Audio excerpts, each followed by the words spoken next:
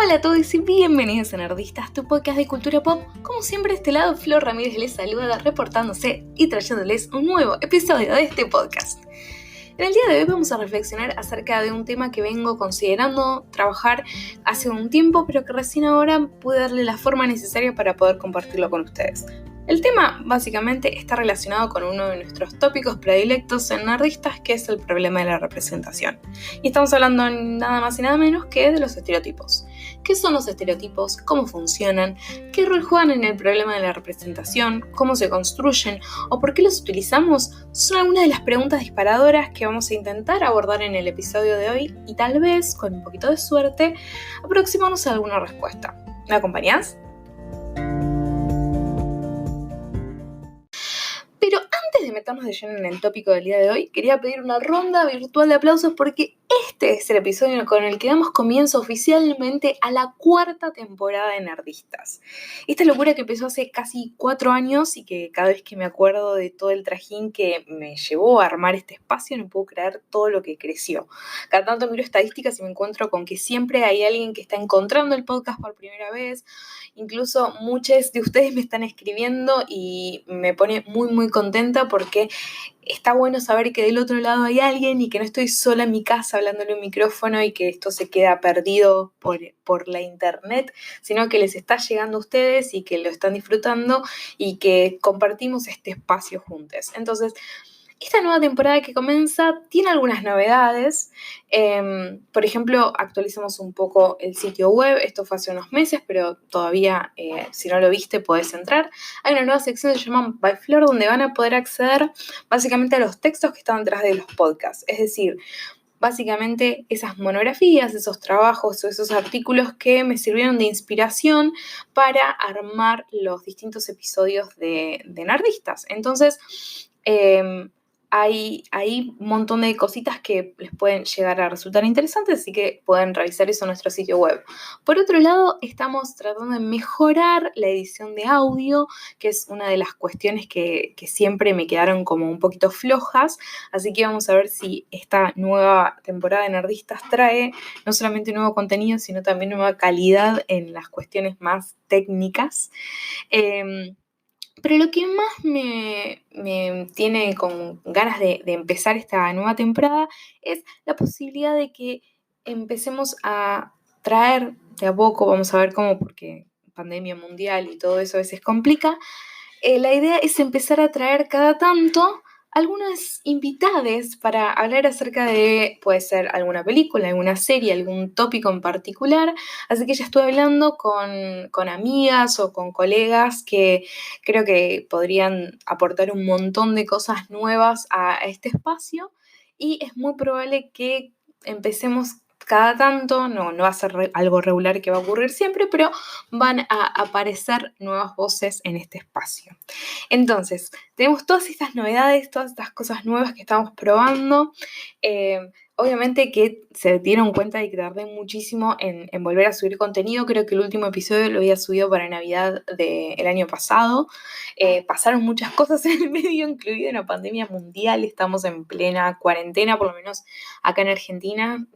No sé ni en qué número de día de cuarentena estamos. Ya medio que no sé qué día de la semana es como que la temporalidad se vuelve algo difusa en estas circunstancias. Pero además de eso, lo que sucedió, por lo menos a nivel personal, pero me parece que lo que tengo ganas de compartirlo con ustedes, que me vienen acompañando hace un montón de años, es que empecé a dar clases en un colegio secundario y obviamente ahora estamos en un periodo de aislamiento social obligatorio.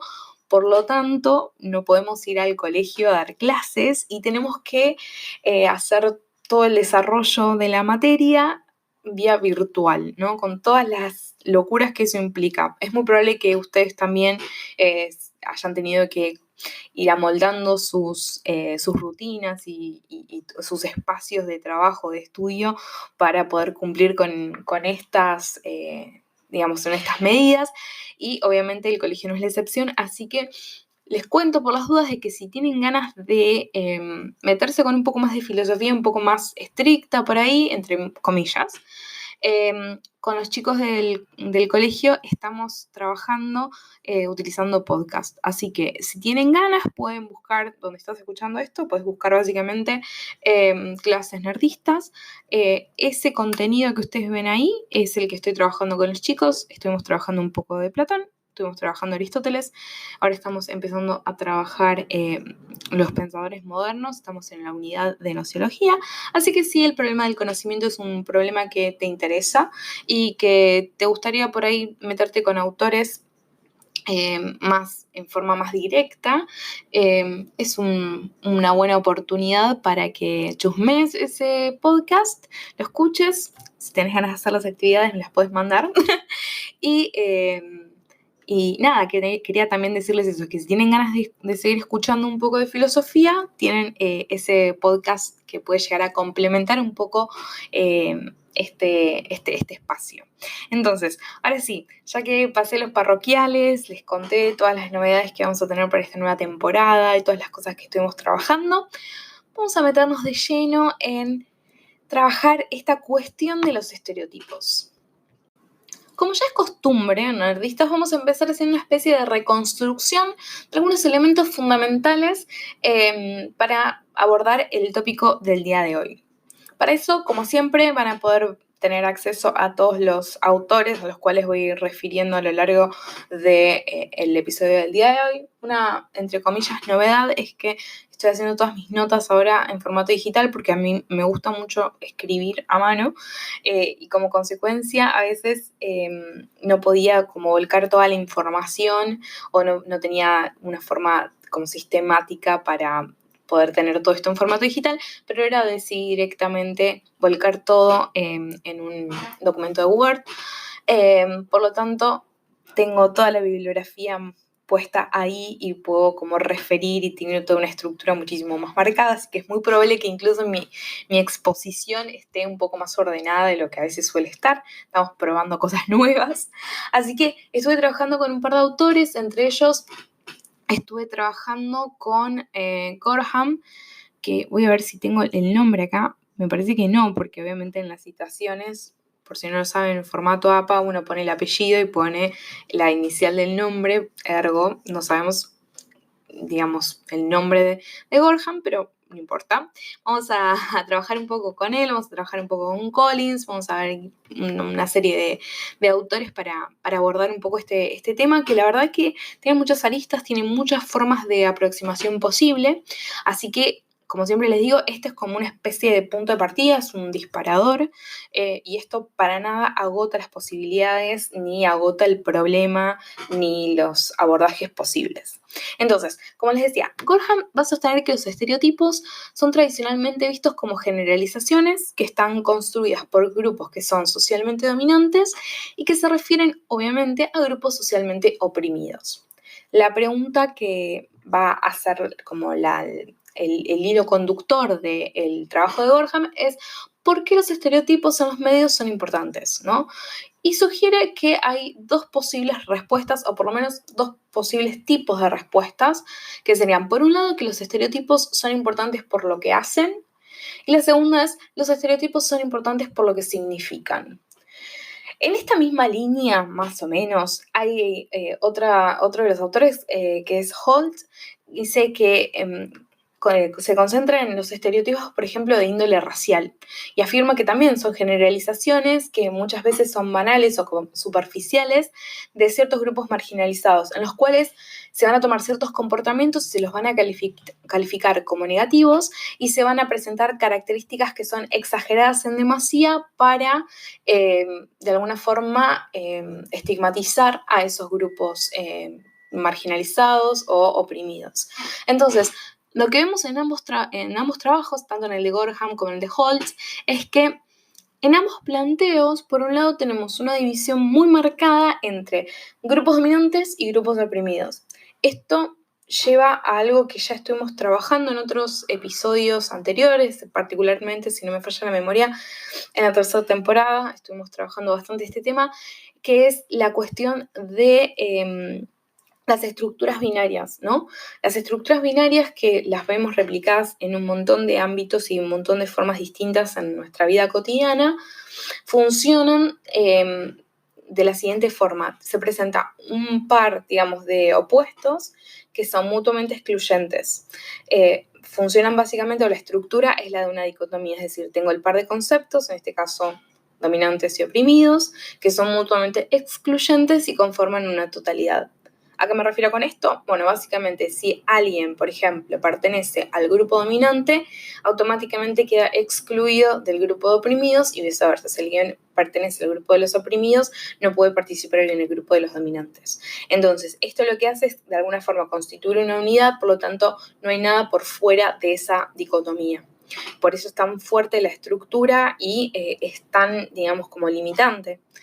Lo interesante es que para pertenecer, digamos, a uno de estos grupos, obviamente se tiene que cumplir con ciertas características. Y siempre la idea es que al ser mutuamente excluyentes, si tengo las características de un grupo, automáticamente no tengo las características propias de la contraparte.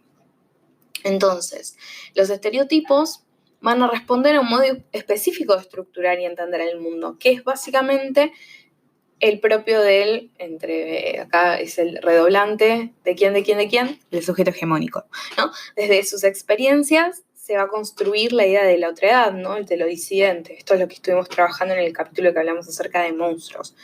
Entre comillas, no, entre paréntesis. Si no escuchaste ese capítulo, puedes volver a escucharlo, donde por ahí trabajamos con un poquito más de profundidad esta idea de la otredad y la idea de la disidencia, y cómo esa idea de la otredad necesariamente está implícita en la construcción de un nosotros. Y básicamente el sujeto hegemónico sería como ese nosotros en mayúscula, ¿no?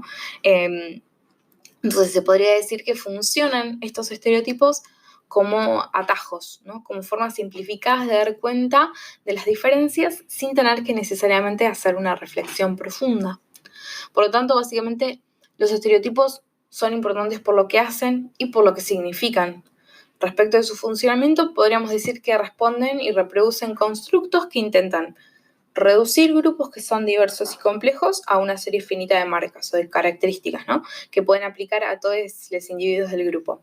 Y eso va a poner de relieve el presupuesto que sostiene que hay ciertas características que se van a mantener estables e inalterables en todos. Entonces, en esta idea y en este tipo de construcción, básicamente lo que tenemos es una especie de esencia inmutable que permite, digamos, que los individuos que forman parte del grupo, digamos, pertenezcan a esos espacios en forma esencial, porque si no existiese o no se considerara que hubiese algo como en la esencia o propiamente en esos individuos que los hace pertenecer a un grupo determinado, no se podrían mantener estas estructuras con la fuerza y con la estabilidad que es posible, ¿no? Que nosotros de hecho podemos observar.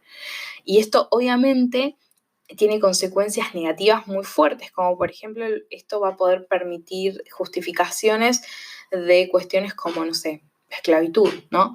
O sea, si hay algo que es esencialmente propio de cierto grupo de individuos, estos grupos oprimidos o disidentes, eso puede además servir como justificación para nominarlos o, digamos, tratarlos de ciertos modos o tomar cierto tipo de decisiones respecto de ellos, digamos, porque hay algo en ellos que hace que las acciones, digamos, de los grupos dominantes estén justificadas y que se vuelvan posibles también. Porque a veces uno, cuando, digamos, ahora estudiamos con cierta distancia, entre muchas comillas, porque se podría argumentar que la esclavitud sigue estando, digamos, vigente, pero que tiene otra forma, ¿no? Pero cuando uno trabaja ese tipo de fenómenos, digamos, que fueron tan comunes a lo largo de la historia, ¿no? La esclavitud o, por ejemplo, los genocidios y demás, a veces es muy difícil de dimensionar o como poder realmente dar cuenta de la complejidad de esas, digamos, de cómo es posible, digamos, cómo se construye un horizonte de posibilidades para ciertos grupos dominantes para poder llevar a cabo ese tipo de acciones, ¿no? esto me hace acordar, no sé si lo vieron, si no lo vieron particularmente se los recomiendo, es muy probable que en algún momento haga un análisis un poco más profundo. Hay una serie de Amazon Prime que se llama The Man in the High Castle y es muy interesante porque plantea, digamos, qué hubiera pasado si en vez de que los aliados ganaran la Segunda Guerra Mundial, hubiera sido al revés y Japón y Alemania, digamos, hubieran logrado vencer y básicamente estuviesen dominando el mundo, ¿no? Entonces, Estados Unidos, por ejemplo, está dividida en dos partes, una que le corresponde a Alemania, que es como si fuera el Reich americano, y creo que es algo como los estados del Pacífico, no me acuerdo cómo es el nombre, que sería como la parte que le queda a Japón del territorio norteamericano. Y lo interesante es que obviamente tenemos básicamente nazis como protagonistas de la historia, o por lo menos como figuras principales dentro de todo el desarrollo, que es súper interesante, son 4 temporadas nomás. Y lo que a mí me parece súper fructífero para analizar y como para poder digamos, hacer como una lectura crítica, es ver cómo esos personajes, por ejemplo, en particular los nazis, digamos, construyen los discursos y racionalizan lo que nosotros leemos desde afuera como casi monstruoso, ¿no? Qué es lo que pasa con la idea de la pureza racial, qué es lo que pasa con la idea de, bueno, si tenés algún problema genético, te matamos para evitar que ese problema, digamos, se siga manteniendo y que siga afectando a miembros de la comunidad. Entonces, empiezan a verse cómo se van construyendo esos discursos y cómo, digamos, las acciones de los personajes, especialmente de todos estos personajes nazis básicamente, implican también como, digamos, crearse cierto discurso que se van construyendo porque obviamente que nadie se considera de entrada como que es el villano, ¿no? Obviamente, siempre la idea de un villano bien construido es que ellos mismos se tomen en serio y que no piensen que son los villanos de la historia, ¿no? Ellos, digamos, en su estructura, en su forma de organizar la experiencia, en su forma de ver el mundo y habitar el mundo, consideran que sus acciones son válidas y que sus acciones además van a contribuir a el bienestar de toda la sociedad. Entonces es súper interesante ver cómo se van construyendo ese tipo de discursos porque además lo que nos permiten es entender o por lo menos no sé si entender del sentido de, obviamente, de aceptar ese tipo de discursos, pero sí de que ese tipo de construcciones van a influenciar directamente en el modo en el cual ellos, digamos, entienden sus propias acciones. Entonces, obviamente los estereotipos lo que van a hacer es como hacer estas simplificaciones y hacer estas abstracciones. Estábamos trabajando con los chicos del colegio esta idea de la crítica que hace Bacon a la ciencia. Bacon escribió más o menos el trabajo que nosotros estamos analizando, que es No un órgano, en 1620, si no me falla la memoria.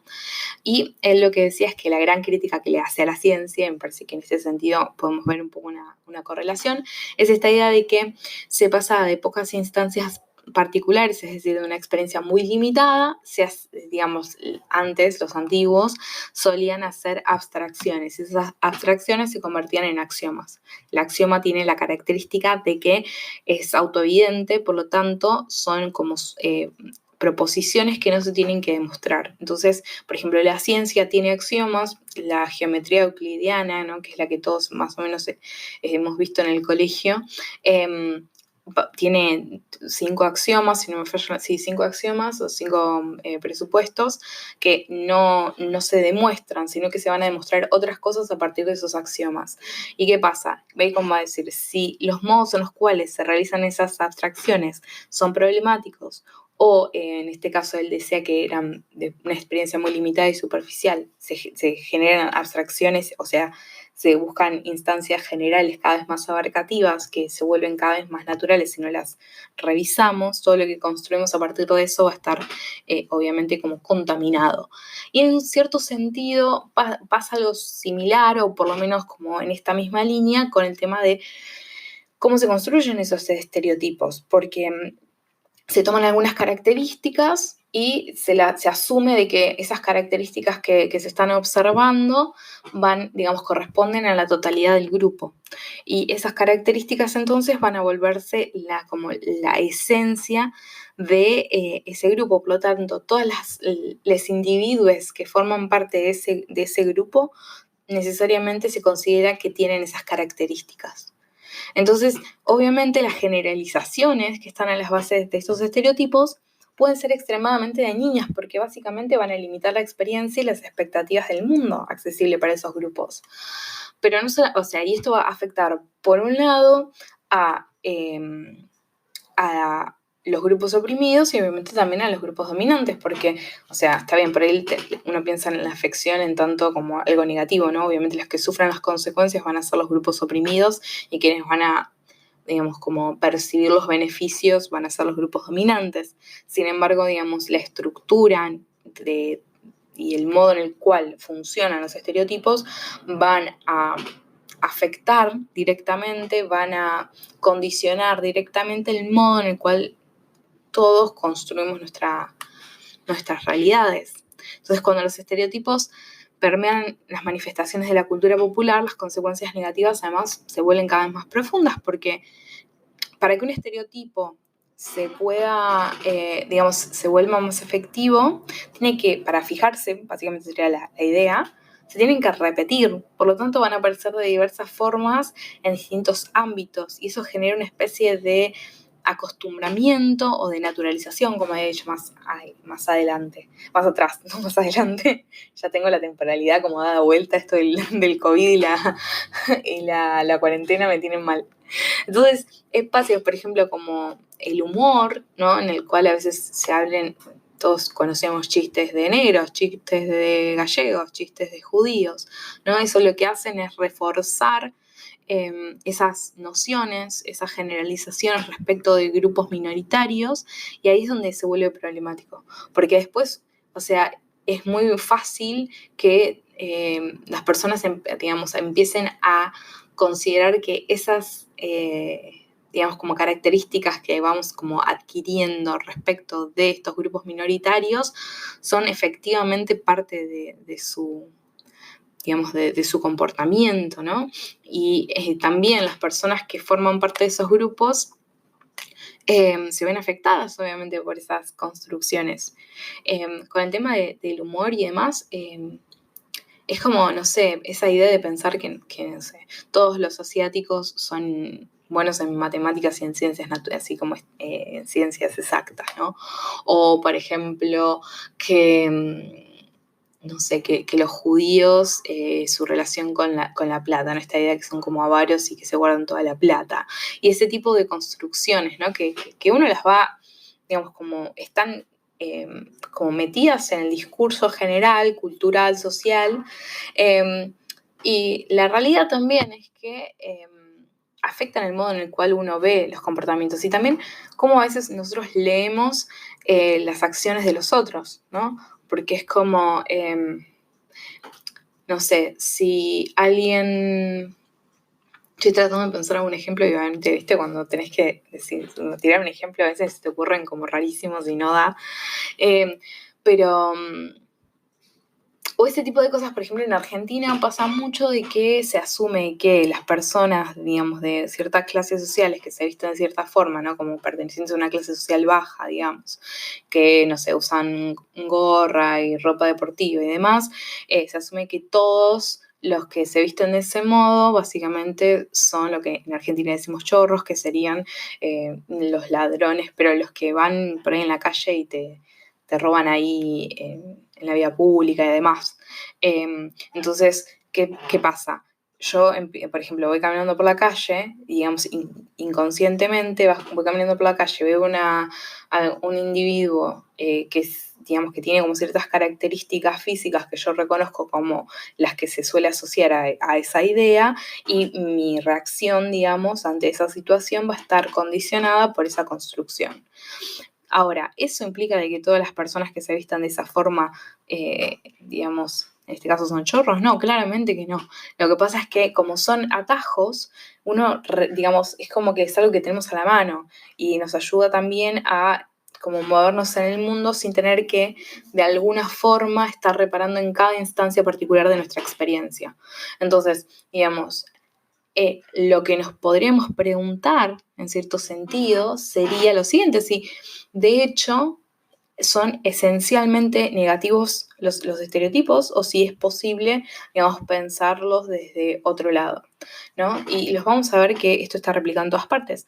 La mayoría de la gente que me está escuchando a mí, según las estadísticas que me muestran Spotify, iTunes y demás, la mayoría somos latinoamericanos, siendo como el 75% de ustedes me marca que son de México, ¿no? Entonces, por ejemplo, pasa un montón cuando digo, yo pienso en México y ¿qué tengo en la cabeza? No sé, mariachis, los gorros y no sé, el tequila, no sé, ese tipo de, como de construcciones que obviamente capaz que alguien de ustedes está ahí y dice, pero a mí no me gusta la música mariachi, no uso sombrero, así esos gigantes que uno asocia desde la cultura popular y tipo no toma alcohol, ¿no? Digamos, y entonces, ¿qué es lo que pasa ahí, no? Pasa todo el tiempo.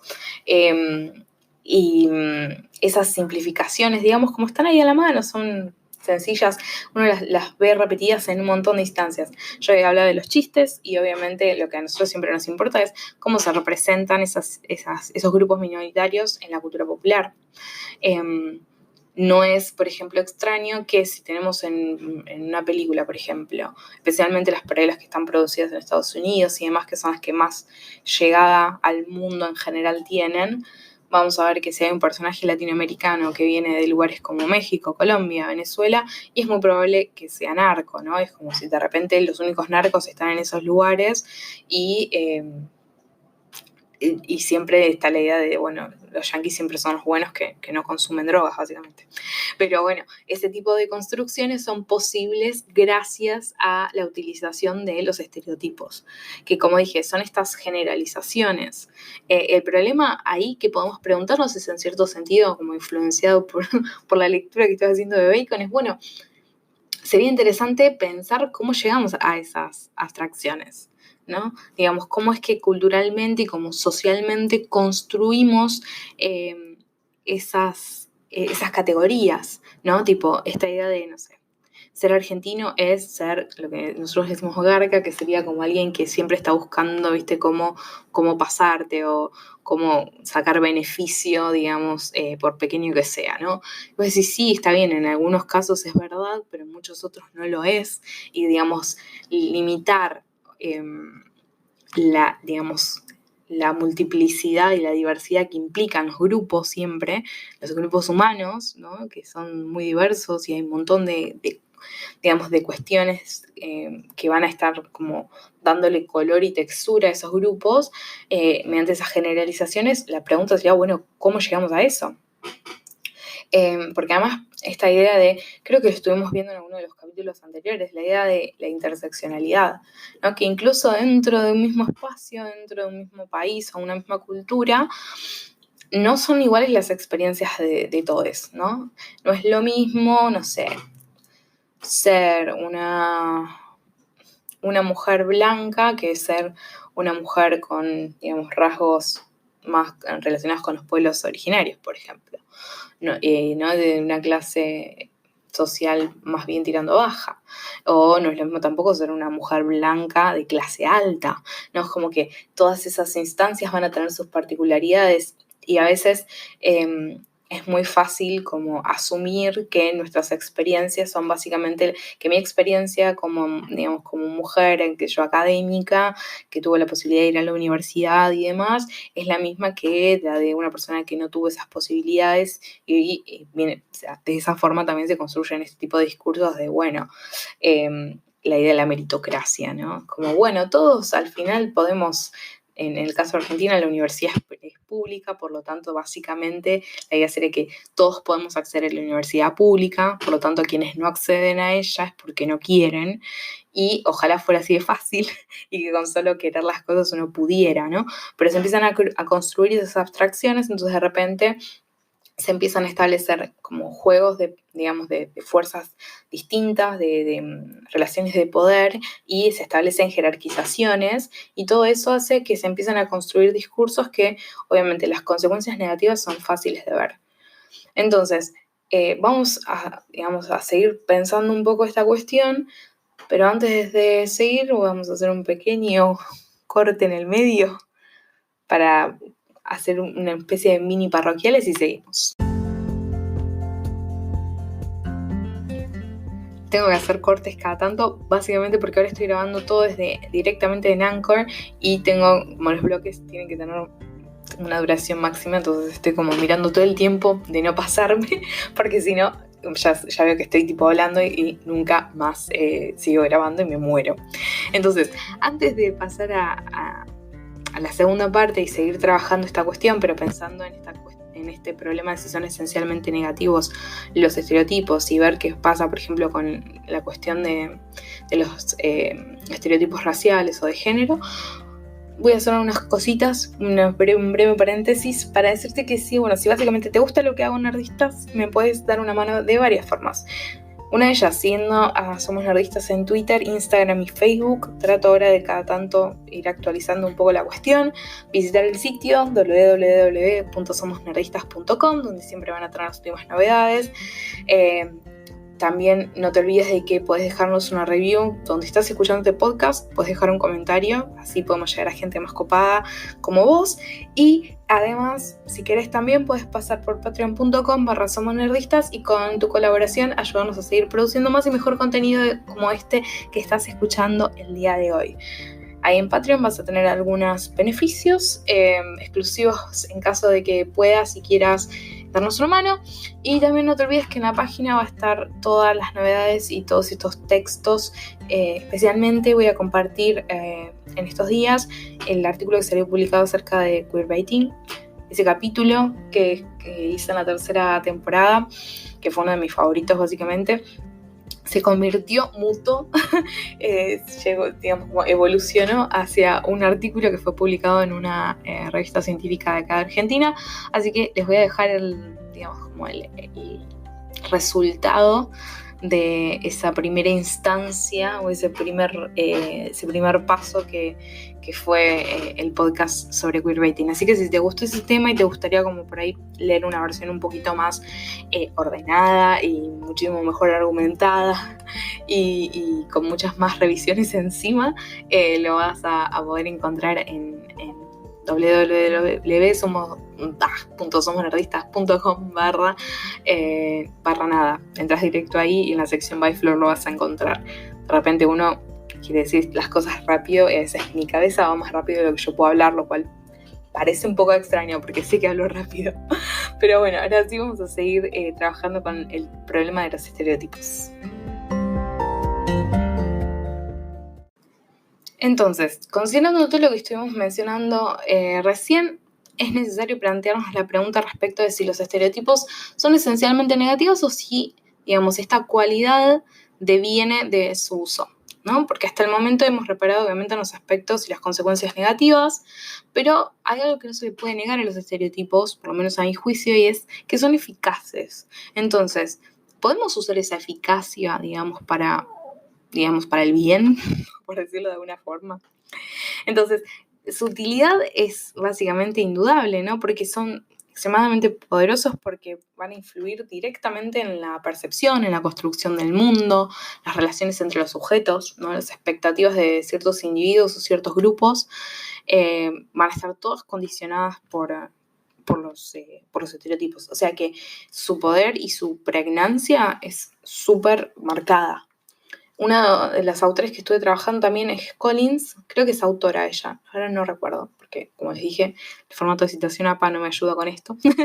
Ella centró su trabajo en el estudio de que, o en la idea básicamente que las mujeres están subrepresentadas en los medios y que cuando aparecen son presentadas en forma estereotipada. Entonces la pregunta es qué efectos tiene esto en los consumidores, en particular, qué es lo que sucede, por ejemplo, cuando las niñas no se ven representadas a sí mismas en los medios, ¿no? Y se pregunta si esto puede afectar en el autoestima o si además puede como disminuir este sentimiento o esta idea de como de importancia, ¿no? Como que se sienten menos importantes porque no se están viendo reflejadas sus experiencias en estos lugares.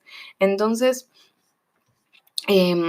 este planteo de Collins está bastante cercano a el planteo de Gay Tachman, o Tachman, nunca supe bien cómo se pronuncia su apellido.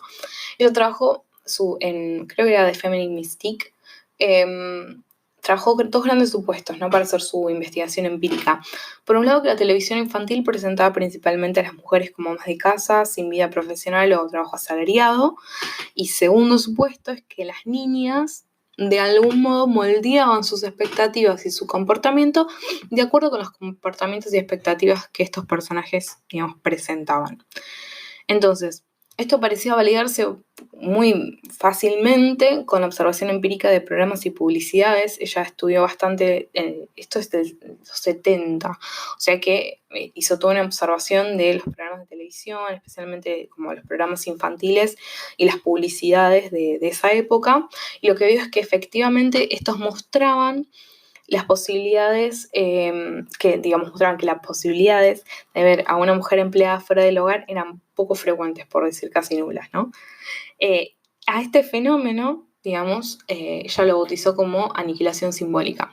Y esto refiere al modo en que la producción cultural y las representaciones de los medios fueron ignorando a las mujeres, excluyéndolas y marginalizando o trivializando sus intereses. Entonces, la mujer está ausente o representada por estereotipos que están basados, por ejemplo, en su atractivo sexual o la labor doméstica. Esto está en Strinati, que es otro autor que suma un poco a esta idea de aniquilación simbólica, que el nombre es como re dramático, pero me parece que hay algo ahí que es súper interesante. Esta idea de, bueno, está bien, tenemos ciertos estereotipos, tenemos ciertas formas en las cuales se construyen o se plantean las experiencias, en este caso de las mujeres.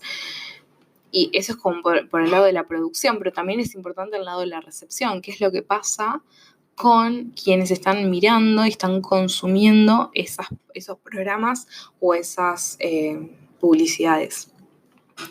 Y esto es, obviamente acá está como muy marcado todavía la cuestión de, bueno, medio el binarismo, ¿no? Que ahora vamos a hablar un poquito más.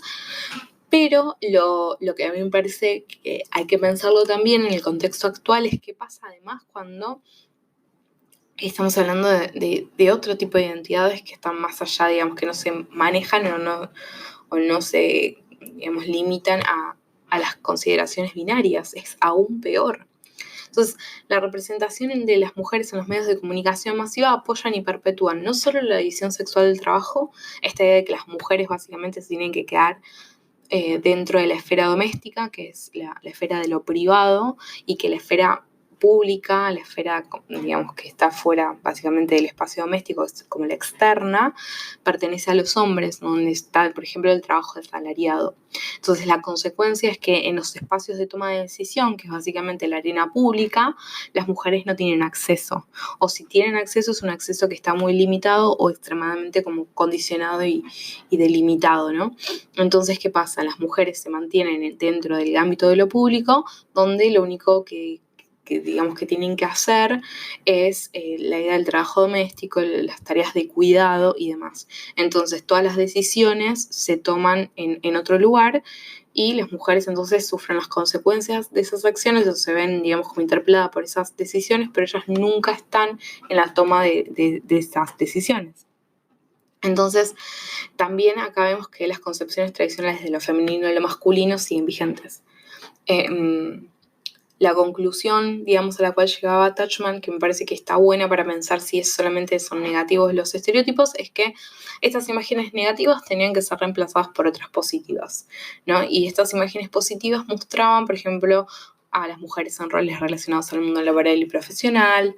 Entonces, por ejemplo, creo que lo mencionaba Zeisler o lo mencionaba Tachman, esta idea de los personajes ficcionales como Lois Lane, ¿no? El interés romántico / colega de Clark Kent, se vuelve un personaje como bastante representativo, digamos, como en esta, sí, casi primera ola del feminismo, ¿no? Donde tenemos a una mujer que es independiente, que va y trabaja, ¿no? Entonces empieza a desarrollarse en la esfera propia de lo público y además está trabajando en un medio, entonces está como en esos lugares donde se empiezan a moldear y se empiezan a construir, o también empiezan a circular y a reproducirse estos discursos. Entonces el hecho de que allí se encuentran mujeres siempre era algo valioso, digamos, o también el personaje, obviamente, de Wonder Woman, ¿no? Como todos este tipo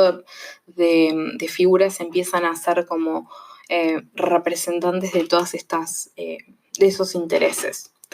Sin embargo, obviamente una de las dificultades que vamos a encontrar en este planteo es que en esta idea de buscar una igualdad entre hombres y mujeres en el ámbito laboral, se sigue manteniendo la idea de que lo propiamente considerado como masculino es básicamente el objetivo, ¿no? O el fin al cual las mujeres tienen, digamos, que deberían alcanzar.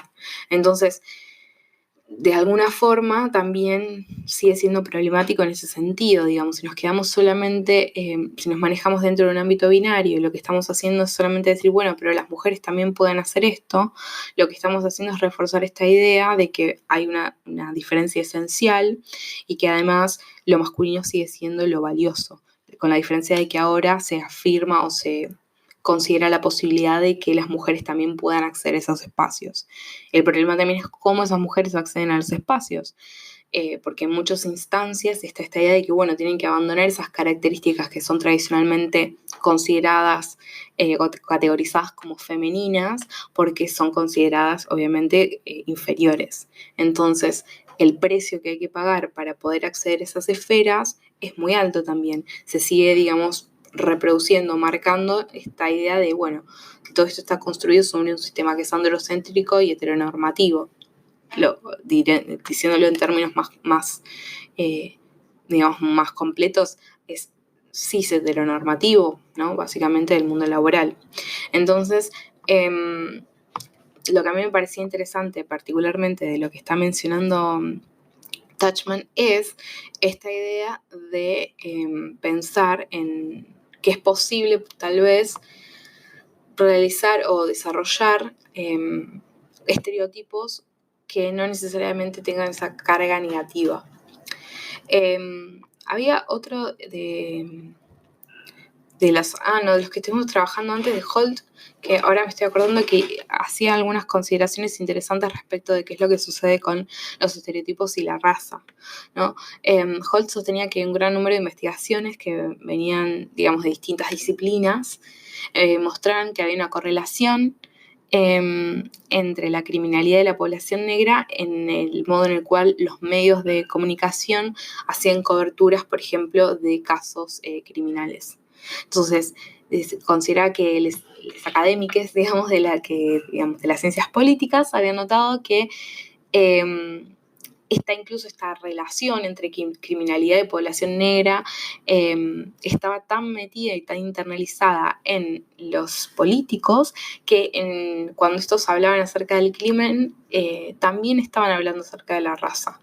Hay una gran cantidad de estudios académicos, obviamente, que van a analizar el modo en el cual los estereotipos relacionados con la raza son creados, el rol que tienen los medios en exacerbar estos estereotipos y las consecuencias que implican básicamente para la población negra. Esto obviamente es en el contexto norteamericano, pero nosotros lo podemos plantear y lo podemos como traspolar, me parece, con bastante facilidad a nuestros contextos, digamos, latinoamericanos también, porque, a ver, acá lo que estamos viendo en este caso con este trabajo de Holt, y lo mismo que sucede con el de Touchman y el de Collins, donde están trabajando la idea de estereotipos como en instancias bien particulares, es que el problema de base es el mismo. El dispositivo que lo que se encarga de hacer es tomar unas pocas consideraciones, extrapolarlas a como generalidades y como casi notas esenciales de un grupo, no importa cuáles son las características concretas que adquiera.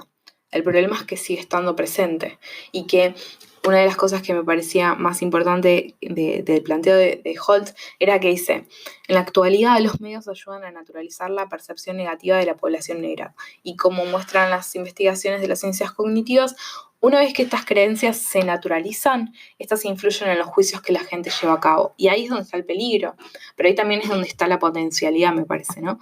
Como en esta cuestión de que una vez que uno va naturalizando ciertos estereotipos, no estoy todo el tiempo, funciona como axiomas, ¿no? Como decía hoy en las ciencias. Entonces, me resultan autoevidentes, entonces no tengo que andar todo el tiempo como replanteándomelos. Entonces, si son negativos y presentan estas características que estuvimos trabajando, obviamente que el resultado va a ser negativo y que va a traer consecuencias muy fuertes para estos grupos oprimidos. Pero la pregunta sería, bueno, si los podemos pensar en otros contextos o si podríamos usarlos como herramientas también para pensar alternativas, ¿no? Entonces, esta idea también que Greenwald y Banashi mencionan es que los estereotipos también pueden ser que funcionen en realidad más allá del control consciente de quien percibe, ¿no? Entonces, bueno, es como un arma de doble filo, me parece. Y lo interesante es eso, es tomar estas herramientas y ver si necesariamente, digamos, son negativas y entonces tenemos que deshacernos completamente, o si tal vez podemos encontrar modos para usar esa potencialidad que tienen y toda esa fuerza, digamos, que presentan para pensar alternativas o otros usos de esos estereotipos que podrían llegar a tener consecuencias, no sé si positivas, pero por lo menos no tan negativas. Obviamente que el tema está lejos de estar cerrado. Las implicancias de los estereotipos y cómo se construyen nos afectan, digamos, y nos abren el campo de la discusión a un montón de espacios, ¿no? No podemos negar la existencia, me parece, ni su efectividad, porque en tanto atajos nos permiten dar sentido rápidamente a nuestras experiencias y nos dan como formas de acción rápida, ¿no? Como atajos. Entonces, podemos obviamente seguir indagando un montón. Así que te voy a dejar la pregunta de, bueno, ¿para vos los estereotipos son necesariamente negativos o es posible por lo menos plantear la posibilidad de estereotipos que no tengan esa connotación negativa o peyorativa? Me podés responder con un audio desde Anchor, con un mail a contacto@somosnerdistas o obviamente contactándome por cualquiera de las redes sociales, en Facebook, Twitter o Instagram. Me pueden seguir como Somos Nerdistas, y si me quieren seguir a mí personalmente como Floren con 3O y 3E. Si nos querés dar una mano, puedes pasarte por patreon.com/somosnerdistas. Y ahora sí, después de este capítulo de regreso, espero que les haya gustado, que se copen y me cuenten qué les parece este problema. Y nos reencontramos en el próximo episodio. Un beso.